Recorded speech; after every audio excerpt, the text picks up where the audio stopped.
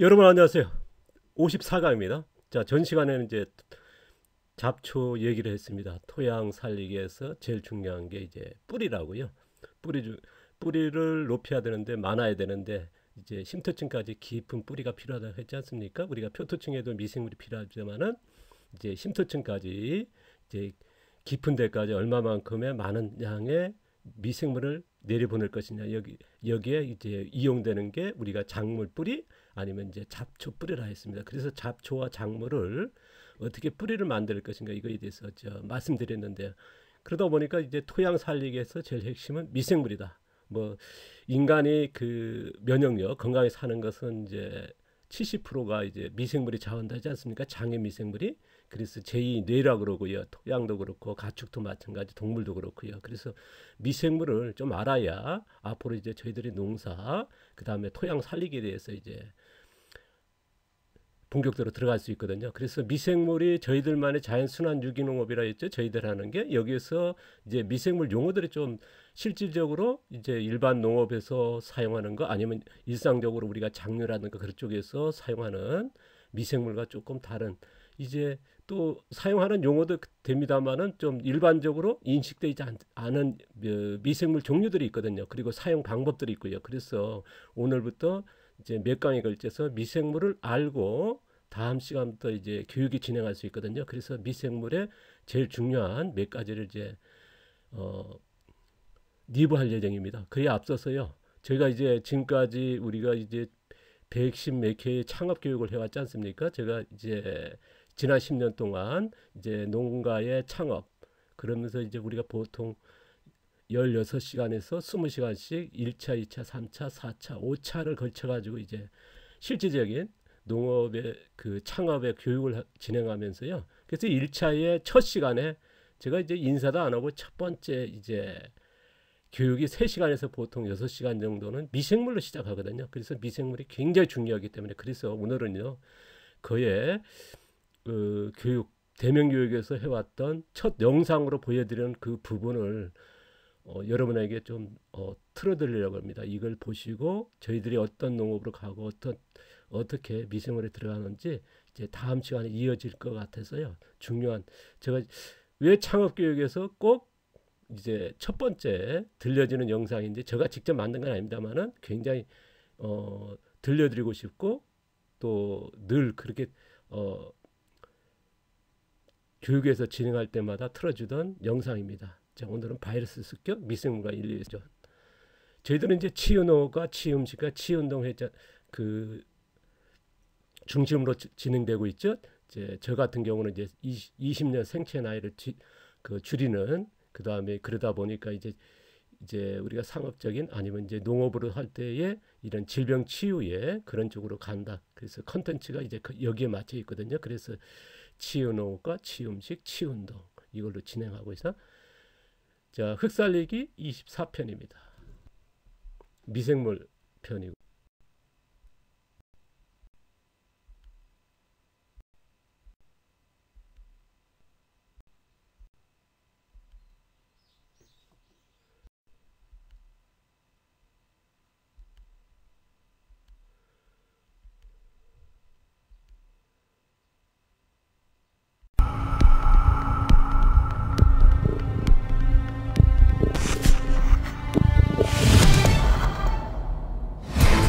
그들이 공격을 해왔다.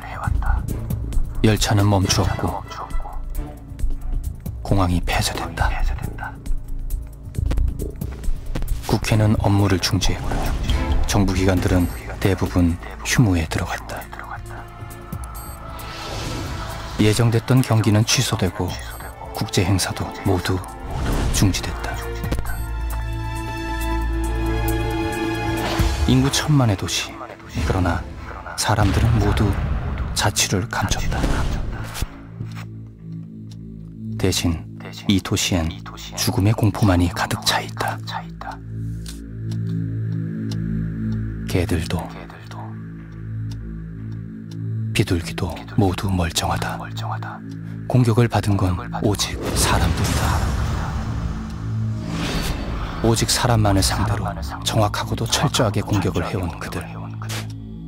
첨단 도시 문명을 자랑하던 인간을 삽시간에 무기력하게 만들어버린 그들은 인플루엔자 바이러스다. 이것은 머지않은 미래 우리들이 겪게 될지도 모를 어떤 전쟁에 대한 이야기다.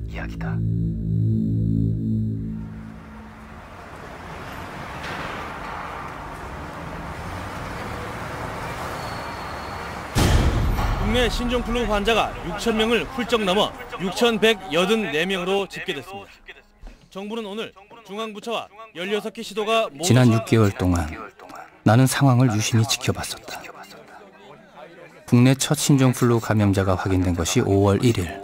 2달 후 그것은 지역 사회에까지 퍼져나갔다.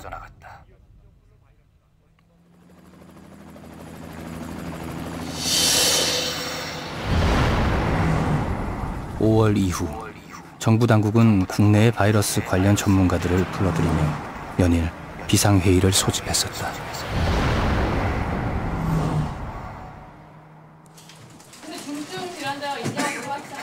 7월 20일부로 주위에서 경계 단계로 상향 조정했습니다. 8월에 첫 사망자가 발생하면서 긴장감이 고조되는 듯했다. 그러나 그 긴장은 오래가지 않았다. 전염 속도가 빠르지만 합병증이나 사망률은 크게 다르지 않습니다. 여전히 백신은 나오지 않았고 타미플루는 내성이 생기고 있다. 그러나 대다수의 사람들은 크게 걱정하지 않는다. 감염이 된다 해도 며칠 후면 나을 수 있기 때문이다. 대유행이라며 우리를 긴장시켰던 신종플루는 한낱 해프닝에 불과한 것일까? 이제는 정말 안심을 해도 되는 것일까?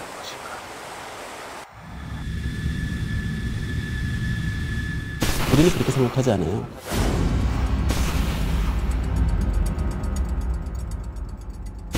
당장 내년이나 후년에도 새로운 인플루엔자 바이러스는 나타날 수가 있죠. 호랑이가 날개를 다는 거거든요.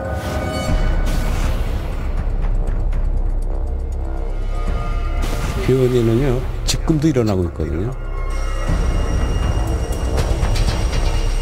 New viruses are continually emerging.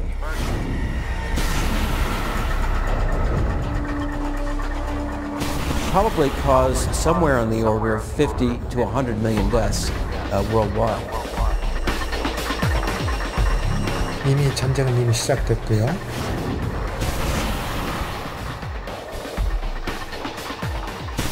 (1년) 후가 될지 아니면 (10년) 후가 될지 이와 같은 새로운 바이러스 사람을 감염하는 것은 어쩌면 시간 문제라고 볼 수 있죠. At some point in the future there will be another pandemic virus.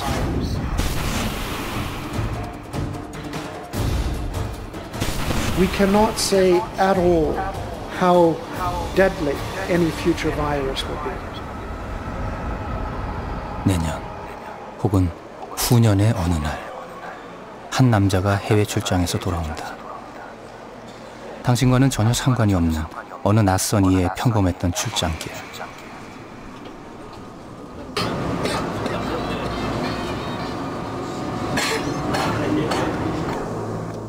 하지만 그로 인해 당신은 그리고 우리는 지금까지 경험한 적이 없는 엄청난 재앙에 빠지게 될지도 모른다.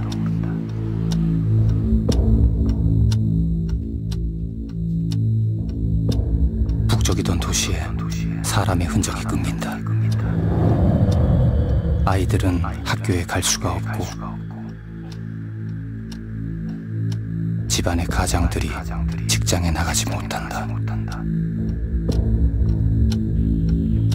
당신의 가족과 친구들이 병원에 실려가고 그중 절반 정도는 사망에 이르게 될지도 모른다. 그거는 이제 재앙이죠. 정말 그 재앙이죠. 그게 그 인류가 지금 가상적으로 생각할 수 있는 시나리오 중에서 그 무서운 시나리오라고 할 수가 있죠. 당신과 가족을 집안에 꼼짝없이 가두고 병원에는 환자들이 넘쳐나게 만들고 백주 대낮의 거리에 시체들이 쌓이게 만드는 이 끔찍한 재앙이 당신의 세포보다 1000분의 1이나 작은 눈에 보이지도 않는 미묘한 적으로 인해 생겨난 것일 수도 있다. 그 작고도 영리한 적은 여행지에서 만난 한 남자의 몸속에 숨어 들어와 우리도 모르는 사이 공격을 감행해 올지도 모른다.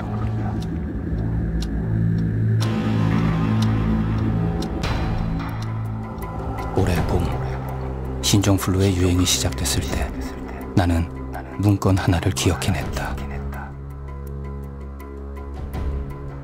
세계보건기구에서 2004년 4월에 발행했던 회보. 여기엔 세계적인 인플루엔자 대유행이 올 것이라는 예고가 들었다. 그 인플루엔자는 인류의 25에서 30%를 감염시킬 수 있다고 했다. WHO의 데이빗 나바로 박사는 인플루엔자로 인해 1억 5천만 명이 사망할지도 모른다는 예고를 내놓기도 했다.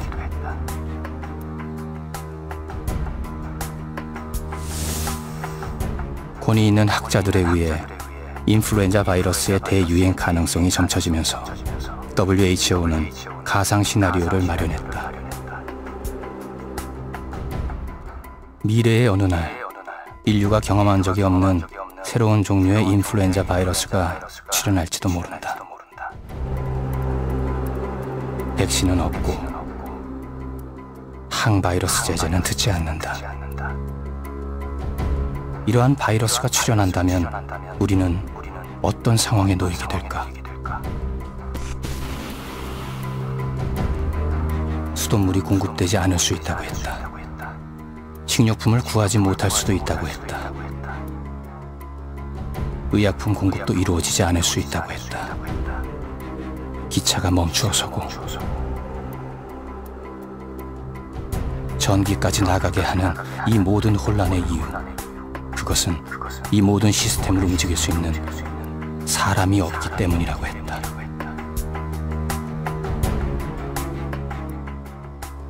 가까운 미래에 인류가 겪게 될지도 모를 엄청난 혼란들이 고작 인플루엔자 바이러스 때문에 생길 수 있단다.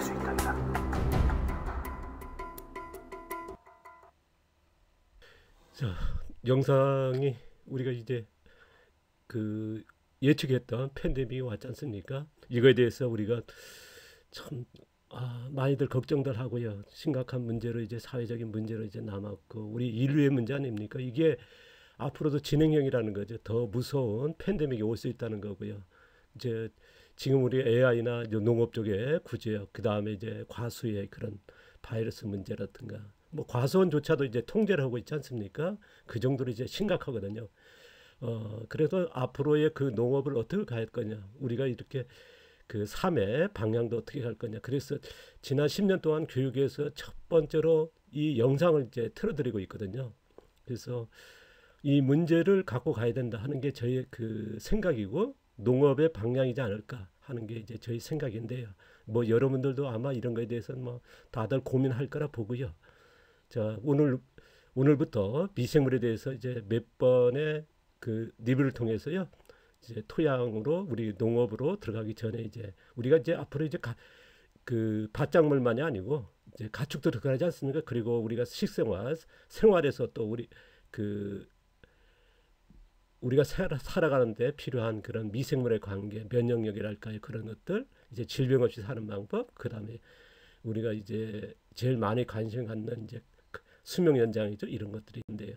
지금 미생물은 어쨌든 우리가 인간이나 토양이나 가축이나 동물이나 모든 것, 이 지구상의 모든 걸 이제 지배하고 있지 않습니까? 연관성이 있고요. 뭐 미생물이 없는 곳은 없다 할 정도로 이제 인류 전에 이제 미생물이 생존했다라고 하는 게 이제 학설인데요. 그래서 뭐 인간의 생존이나 토양의 자생력이라고 얘기할 때도 이제 우리가 보통 미생물로 중심으로 하지 않습니까? 그래서 미생물의 양에 따라서 토양이 좋다 나쁘다. 인간의 이제 면역력은 좌우하는 게 이제 장의 미생물이다. 그럴 정도로 이제 하고 있고요. 가축에도 마찬가지고. 그래서 최근에 우리가 제일 관심 있는 뭐 항생제 안 쓰는 정말 좋은 먹거리라고 하는 것이 이제 미생물하고 연관성이 있고 이 미생물로 가는 거죠. 우리가 이제 병충해도 질병이나 다 이제 미생물에 시작하니까요. 이거에 대해서 이제 우리가 좀 미생물 하면 굉장히 무섭습니다. 얘기하는 게 좀 이론적으로 그렇고요. 왜냐 그러면 이제 눈에 안 보이는 거다 보니까 그리고 미생물학 하면은 굉장히 학문적으로 굉장히 높은 뭔가 먼 그 학자들이나 연구하고 갖고 가는 거 아닌가 할 정도로 이제 그렇게 받아들였고 그렇게 인식돼 있거든요. 근데 우리는 이제 실생활에 들어와 있지 않습니까? 그래서 굉장히 당황스럽고 이런 팬데믹 생활에 처음 겪는 거고요. 근데 지금 우리가 일상적으로 굉장히 가까이 있으면서도 이거에 대해서 우리가 공부는 그렇게 부족했던 것 같습니다. 그래서 지금 우리가 농업적인 말도 토양 자생력을 높이는 게 미생물인데요. 그러니까 미생물을 이제 뭐 3분의 1 정도 감소했다지 않습니까? 우리가 뭐 흙 한 스푼에 뭐 100억 마리 있다, 10억 마리 있다, 뭐 1억 마리 있다 얘기하는데 어떤 제가 글을 하나 봤는데요. 4분의 1 정도의 그 미생물이 감소했답니다. 토양에는요. 그 정도로 이제 심각해졌다. 그거는 뭐냐면 우리가 인간의 생활에도 직접적인 영향을 끼치고 있다고 하는 얘기였습니다. 그래서 이거에 대해서 이제 우리가 좀 알고 가야 되고요. 농사를 짓는다면 또 미생물에 대해서는 알아야 되거든요. 기본적으로 알아야 될 거를 이제 좀 다루려고 합니다. 자신을 위하여, 사랑하는 아이와 가족을 위하여 생활에서 그 다음에 농사, 우리가 이제 농사에 집중해서 지금 하고 있는데 농사에서 이제 바이러스와 미생물 대응할 수 있는 이제 생존의 방법 준비되어 있는가 하는 거죠. 이거에 대해서 어떻게 준비하고 어떻게 이제 기술적으로 접근할 것이냐. 미생물에 대해서 굉장히 어렵고도 힘들고 또 저는 이제 미생물 학자도 아니지만은 이거를 갖고 가야 되거든요. 저희들이 이제 전 시간 이제 잡초 얘기하면서 표토층과 이제 심토층까지 농사를 다 지는데 거기는 이제 균규균이라고 하는 미생물, 우리가 표토층에 뭐 여러 미생물도 얘기했고요. 그래서 전층을 하려면 이제 심토층까지도 미생물을 내려보내야 하고 표토층에 또 미생물을 만들어야 하고요. 그 환경을요. 그래서 미생물하고는 떨어질 수 없는 여러 얘기가 있거든요. 그래서 미생물은 기본적으로 농사를 짓는다면 기본적으로 알고 가야 될 겁니다. 이거에 대해서 이제 앞으로 하도록 하고요. 다음 시간부터는 이제 미생물에 대해서 저희들이 진행되는 우리만이 알고 가야 될 미생물 그거에 대해서 진행하도록 하겠습니다. 감사합니다. 고맙습니다.